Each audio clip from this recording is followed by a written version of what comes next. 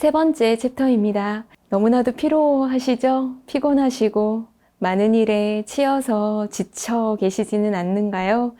네, 현대인들의 번아웃은 이제는 몇몇의 일만이 아닌 것 같습니다. 많은 분들이 이 번아웃을 경험하시고 특히나 직장인들 이 번아웃을 내가 원치 않으나 가질 수밖에 없는 하나의 질병으로 느껴지시게 될 텐데요. 오늘 하루를 한번 돌아볼까요? 그랬다면 오늘 하루는 어떠셨나요? 아침에 눈을 뜰 때 내가 근사하다는 그런 마음이 드셨나요? 어떤 강연에서 그 회사의 분들을 다 모아놓고 아침에 눈 뜰 때 내가 근사한다는 이제 마음이 드는 사람이 있는지 한번 손 들어보라고 했습니다. 그랬는데요. 여기저기 몇 분의 신입사원들만 손을 들고 손 든 분 중에 혹시 부장급이나 관리자급 있습니까? 라고 물었더니 한 분도 안 계시다는 것이었습니다. 일을 그동안에 너무나도 반복적인 일을 많이 하고 또 열심히 하며 삶에 또 치인 분들은 내가 근사하다라는 생각보다는 살아야 한다. 오늘도 살아내야 된다. 라는 마음으로 하루하루를 지내고 계신 것 같습니다.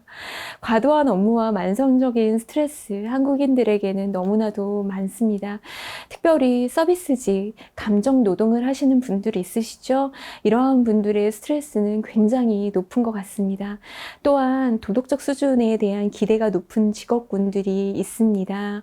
여러 가지 사회복지사라든지 저 같은 이제 상담사라든지 성직자라든지 이런 도덕적 수준에 대한 기대가 높은 직업군들에게 극도의 스트레스 현상이 나타나고요.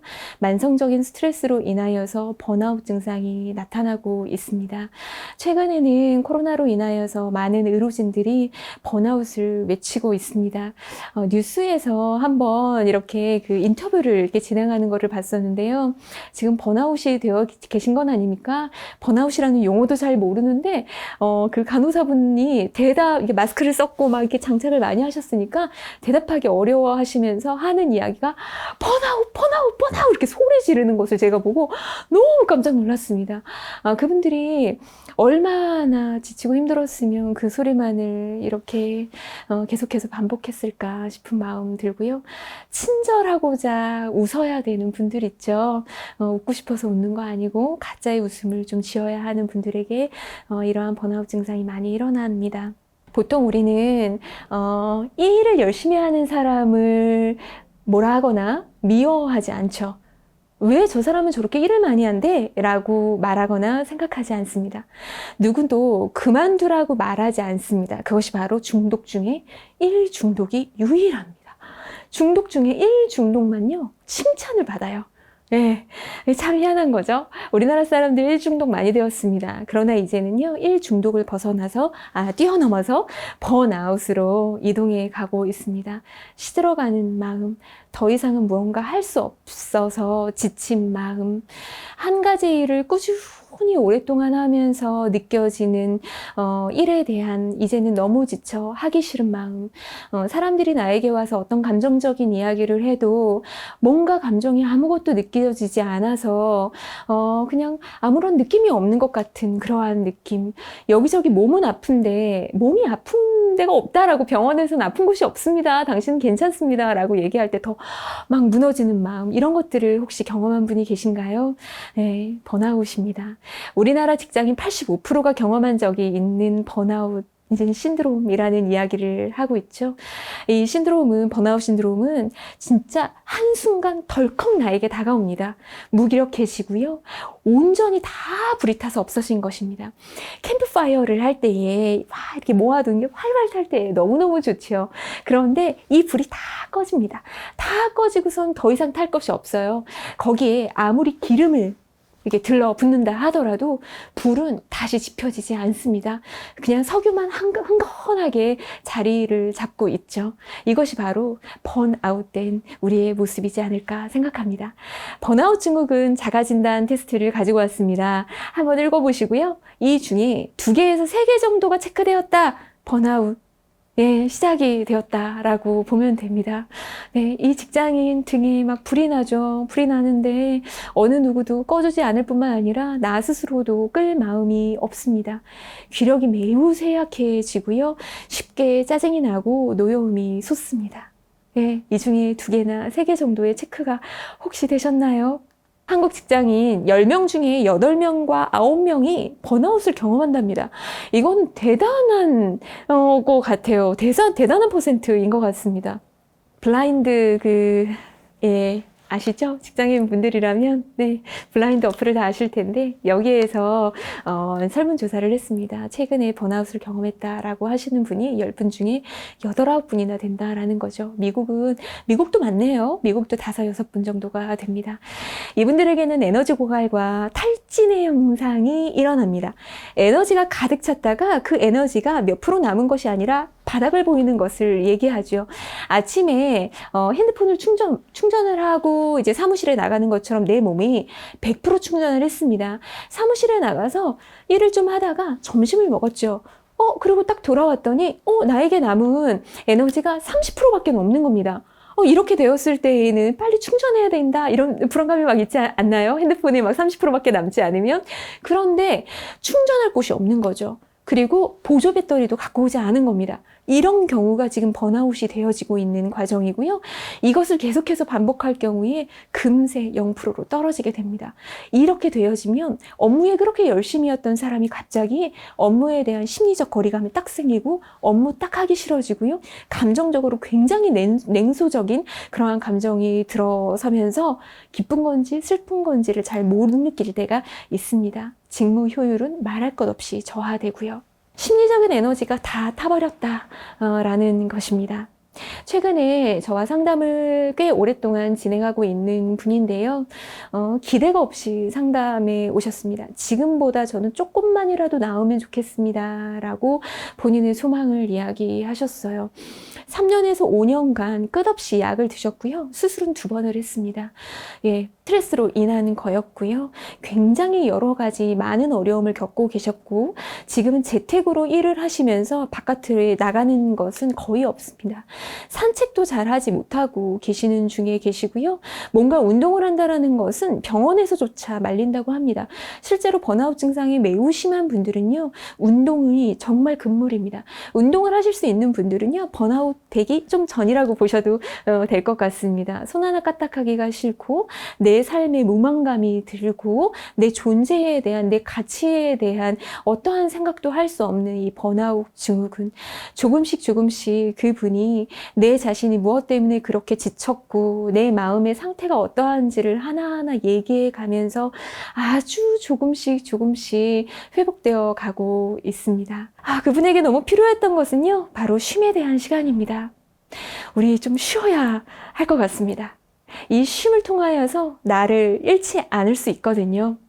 나만의 취미, 자연, 햇빛, 친구, 내 주변에 쉼이 될 만한 곳은 어디든 좋습니다. 가셔도 좋고요. 그분을 만나도 좋겠습니다. 또한 제일 중요한 것은요. 나와의 만남입니다. 내가 얼마나 지쳤는지, 무엇 때문에 지쳤는지, 나는 어떠한 존재인지 나를 파악하고 알아가는 그 행복의 길이 바로 쉼을 통하여서 시작할 수 있다라고 생각합니다. 하나의 또한 이론을 가져왔습니다. 그게 스트로크라고 하는 인정 자격입니다. 내가 어떠한 존재이며 어떠한 사람이다 라고 인식되는 자극인데요. 이런 스트로크는 우리가 언제 가장 많이 봤냐면요. 어린 시절 때, 아기 때 가장 많이 봤습니다. 제가 생각해 봤을 때에 사람도 보면 아이 때가 가장 귀엽고 예쁘잖아요. 어린아이 중에 이쁘지 않은 아이, 귀엽지 않은 아이를 본 적이 없고요. 동물 중에도요. 저는 동물을 굉장히 좀 무서워하고 그런 편인데 동물 중에서도 새끼, 그러니까 어린 동물을 보면은 귀엽다라는 마음이 듭니다. 그 이유가 뭘까라고 생각해 봤을 때에 하나님이 어린, 막 태어난 그러한 존재들에게 사람들로 하여금 사랑받고 이쁘다라는 얘기 듣고 그러면서 그 자극을 통하여서 내가 어떠한 사람이다라는 그 존재감을 알게 하기 위하여서 모든 어린 막 태어난 그런 존재들에게는 귀여움을 좀 주신 것 같아요. 그래서 알지 못하는 사람들이라 할지라도 아이를 보면 다 이쁘다 한마디씩 좀 하고 이렇게 지나가게 되시죠? 이게 바로 스트로크 인정 자극입니다. 내가 어떠한 존재인지에 대하여서 그 스트로크를 통하여서 받습니다. 상호작용을 느낄 때 사람을 만날 때에 느껴지는 반응이지요. 사람의 표정과 태도, 언어, 감정, 손짓 이런 것들을 통하여서 우리는 스트로크를 서로 주고 받습니다. 긍정적인 것도 받지만 부정적인 것도 받습니다. 그리고 또한 어린아이들을 보면 부정적인 거라도 받기 위하여서 아무것도 없는 스트로크는 너무 힘드니까 내가 긍정적인 거를 못 받을 거라면 부정적인 스트로크라도 받겠어라고 해서 막 나쁜 짓도 하고 동생도 괴롭히고 막 그러죠. 이유가 있는 것 같습니다. 나 좀 봐주세요. 내가 어떠한 존재인지 나를 보고 좀 얘기해 주세요 라고 하는 것이죠. 예, 조건적과 또 무조건적인 스트로크가 있습니다. 너는 이러하니까 넌 잘했으니까 조건의 스트로크입니다. 무엇보다 강력한 것은 무조건적 스트로크이겠지요. 너의 존재, 너가 나에게 친구이므로, 너가 우리의 가족이므로 인한 무조건적 인정. 저희들은 그것을 먹고 또 힘을 얻게 되는 것 같습니다. 와, 이렇게 궁디팡팡 해주는 이러한 그림들 보시면 내가 어렸을 때 어떤 스트로크를 받았느냐, 그리고 지금도 성인이 되었지만 누군가가 나에게 이렇게 인정을 해주면 참 기분이 좋지요. 그것처럼 무스트로크라는 것은 정말 생존과 연결되었습니다. 살아있는 느낌이 들지 않습니다. 실제로 이제 번아웃으로 인하여서, 그러니까 정말 무스트로크로 인하여서 자살하시는 분들이 요즘에 너무너무 많아집니다.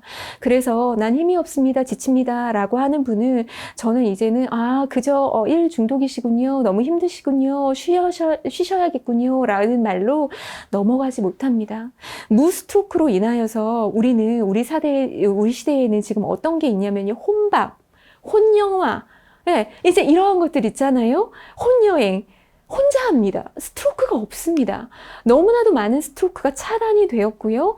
또 나 혼자로도 스트로크를 주려고 하는 경우들이 매우 이제 위축되어 있는 것을 보게 되어집니다. 와, 스트로크에 있어서 제가 이 2006년에 봤던 이제 TV 프로에서 봤던 것인데요. 감동이 되어서 늘 체크해 놓고 있었던 부분입니다. 쌍둥이 자매가 태어났습니다. 근데 둘 다 1kg 미만이죠. 조산아입니다. 언니는 그래도 어느 정도 혼자 숨도 쉴 수 있고, 이 첫째는 살 수 있겠구나 라고 생각했습니다. 근데 둘째에 대해서는 모두가 비관적이었죠. 둘째는 곧 아무래도 죽게 될 것이야 라고 생각을 했죠. 그런데 위협을 무릅쓰고 그 간호사가 원래 그런 인큐베이터에 두 아이를 같이 넣으면 안 되는가 봐요. 그런데 조금 이렇게 건강한 언니를 같이 넣어둔 거죠. 그랬는데 그 조그만 어린아이가 어떤 팔에 힘이 있고 뭐가 있겠습니까? 그런데 지금의 그림처럼 이 조그만 어린아이가 언니죠. 뱃속에 같이 있었죠. 동생에게 다 이렇게 손을 얹습니다. 그런데요, 신기한 게 1분이 채 되지 않아서 둘째가 살아납니다. 숨을 쉬고요. 혼자 숨을 쉬기 시작하고요. 막 이렇게 심장이 뛰고요. 예, 막 에너지가 돌고 피가 돌고 이러면서 두 아이는 모두 살아나게 됐습니다. 얼마나 이 스트로크라는 것이 강력한 건지 모르겠습니다. 사람을 살리기도 하고 스트로크가 없다는 것은 사람을 죽이기도 합니다. 그런데요, 지금 재택하고요, 아무도 없어요, 내 주변에. 그리고 마음을 나눌 사람도 없고요, 저 힘들어요, 이렇게 얘기하시는 분 계실까요? 자율 스트로킹이 있습니다. 셀프 스트로크를 주면 됩니다. 우리는 언제든지 스스로에게 스트로킹을 줄 수 있습니다. 주변에 누가 없다 하더라도 이제는 우리는 성인이잖아요. 나 스스로에게 내가 인정해주는 자극을 주었으면 좋겠습니다. 단 하나 주의하셔야 될 건, 내가 무언가를 잘했고 못했고에 따라서 조건적 스트로크는 주지 맙시다. 무조건적으로 내가 너의 존재를 알아, 내가 너의 가치를 알아, 너가 이 세상에 태어난 이유를 알아 라고 얘기하며 셀프 스트로킹 오늘부터 하시기를 바랍니다. 긍정 스트로크예요. 부정 스트로크 말씀드렸잖아요. 긍정적인 스트로크로 인정, 우리 이제 예전에 너무 많이 썼던 말인데 그냥 제가 다 적어봤습니다. 엄지, 왕, 캡, 짱, 뭐 최고, 뭐 많은 말이 있습니다. 나에게 들었을 때 가장 리얼한 말을 갖다가 쓰시면 될 것 같습니다. 네. 자신을 사랑하고 허가해 주기를 시작해야 됩니다. 번아웃은요, 대부분 많은 분들이 완벽주의. 그래서 뭔가 내가 열심히 하지 않으면 안 되고 내가 뭔가 부족한 것 같고 이러한 분들에게서 실은 많이 나타납니다. 이러한 분들은 본인에 대하여 잘 허가해 주지 않습니다. 나 자신을 사랑하고 허가해 주기. 지금 이대로도 괜찮아. 나는 존중받을 가치가 있어. 라고 말해 주시기를 바랍니다.